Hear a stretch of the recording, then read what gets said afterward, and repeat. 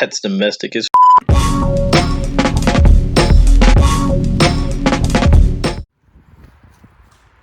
So, what's up YouTube? It is 2022. We are prepping for the season. Hope everybody had a happy new year. If you can see behind me, I got myself a little Christmas gift. It's a 26-foot trailer. It's got side lights, back lights, your typical race trailer deal. Electric jack, compressor, winch, and because you all know I sleep at the track, we have the AC unit on the top. So very nice there. Let's get over to the car and talk about what we've been doing since the off season. Well, the brief off season we have in the Southeast. Let's start at the front and mind the music for a second. Let me go turn that down. So we have basically upgrade wise. I mean, we ran a race at Road Atlanta to end the season, got a feel for the end of the season. Upgrade wise, we got a GT 500 pull-out, 40,000 mile pull-out off of a junked car for a new ABS module. Apparently the pump and the sensor on it, here's the old one, the pump and the sensor on it, or the computer, were programmed a little different, and it makes more sense for the bigger brakes up front. So that was one big upgrade that I got going for me into this next season. Right now we're working on, let me show you, a new panhard bar. So you can see the new Ford Racing panhard bar. We got the gears installed, and we got to get the bushing. I don't have the bushing out here, but let's get under the car and I can show you why it wasn't really optimal this season. Oh, we got the tow hook back here. So functional tow hook tied into the bumper. We're keeping the tag because, you know, it's a street car, but it's not, it's a race car. But I like to be able to drive to the gas station or drive it to the muffler shop or drive it on the street and not get a ticket. Insurance is really cheap and registration's really cheap, so might as well, as long as they let me keep driving. Well, let's get under here and let me show you a little something. Here's my panhard bar. And so first things first, I don't know if you can tell on the video, let me scoot back a little bit. It's bent. So that's kind of first, but second, look at this. That should not have that much slop in it. So that's not good.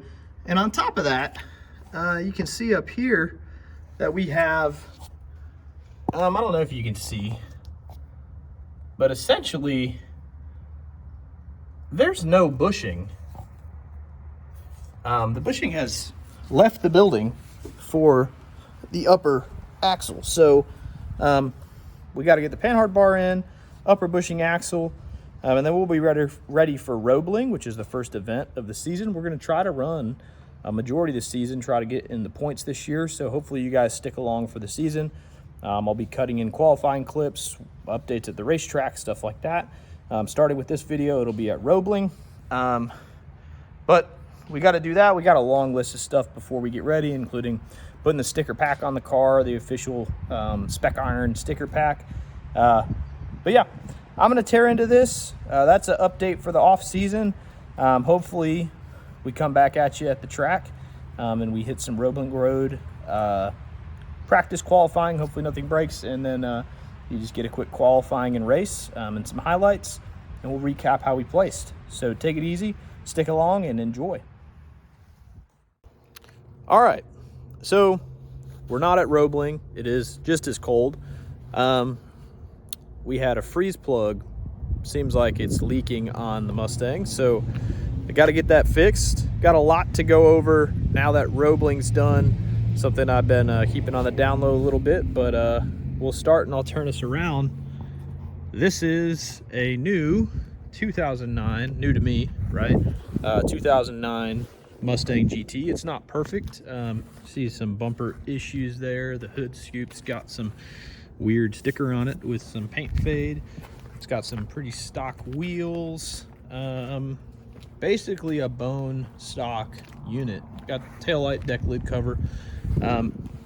I just picked this thing up for a decent price, and it's the new daily because the daily got wrecked. Somebody pulled out in front of me. Maybe I'll put a diagram of what happened.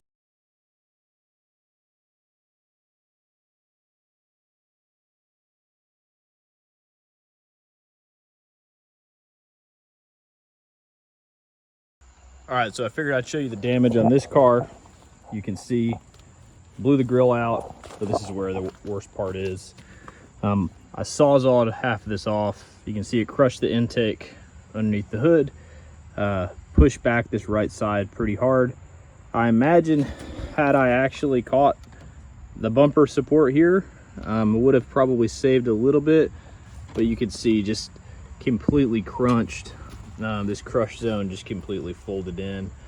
It pushed the door back to where there's now a gap in the window. I got this tarp over it to save the inside.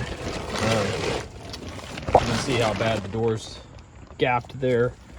It's where it pushed that back off of its mounts. So yeah, pretty rough deal on that old accident. Hood's pretty crunched too.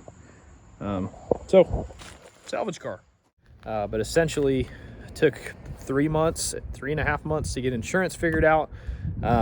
But we're going to change the episode over from a racing episode to an update episode because I kept the wrecked car, and we're going to put all of the suspension, it's got bad tie rods, I could tell from the drive home, intake, exhaust, got to do the shorty headers on this one, tune.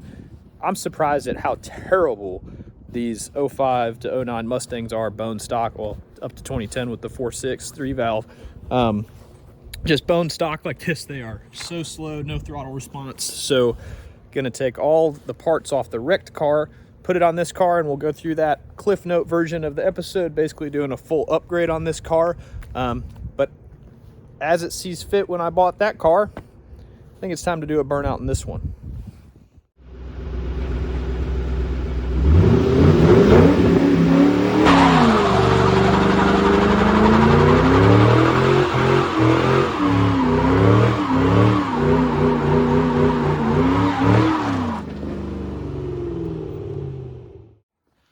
All right, so probably a little dirty, but now you get to find out what I've been up to and why we didn't go to Roebling. Some upgrades here at the shop, but necessary to get going on a project because race cars break. So you'll see here, finally have a 2-post lift. Been a big kind of dream of mine to have a 2-post to be able to do everything. You can see I have this transmission out already. That's the quickest I've done a transmission ever. I think it took me 4 hours just to get it dropped. Usually it's a 6 to 8 hour job just because crawl under the car, forgot your tool, so on and so forth. But let me show you why we need to pull this transmission. See that drip? That is coming. Oh, well, that drip is actually from the, what do you call it? What's that thing called? Hydraulic hose line. But the other drip, I should probably get a towel for that. The other drip is coming from the back of the motor, which means we either pushed out a freeze plug or have something leaking. Neither of those look bad, but that's the plan today, is to figure out where that freeze plug is pushing water out. You can see it's soaked down here. It was almost dripping as fast as this. See here, that's the drip. So it won't keep water in it. It pushes it out. We've had kind of the same problem the whole time since we've been racing with this motor. I thought it was just a phantom hose line leak, but seems like it might actually be something a little worse. So gonna pull the clutch, gonna pull the flywheel, and then let's assess what's going on.